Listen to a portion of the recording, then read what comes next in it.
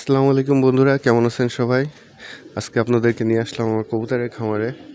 এই যে হচ্ছে কবুতরের ঘর, দেখতে পাচ্ছেন। এই যে উপরে এটা হচ্ছে সিমেন্টের টিন, যাতে কবুতরের খুব ঠান্ডা থাকে। আপনারা ছাদের পরে যারা কবুতর লালন পালন করেন, অবশ্যই একটা জিনিস মাথায় রাখবেন যে এইটা যদি সিমেন্টের টিন দেখতে পারেন তাহলে কবুতরের জন্য অনেক ভালো হয়, কবুতর সুস্থ থাকবে।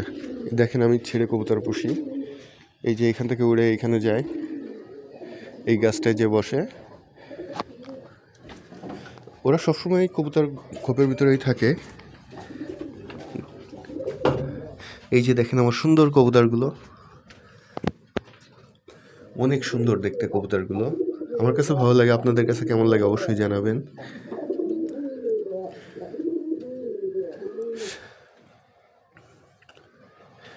এই যে এই কবুতরটা অনেক বেশি সুন্দর লাগে আমার কাছে, দেখেন।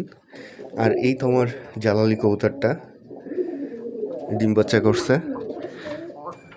ধন্যবাদ সবাইকে। চ্যানেলটি ভালো লাগলে অবশ্যই সাবস্ক্রাইব করে রাখবেন।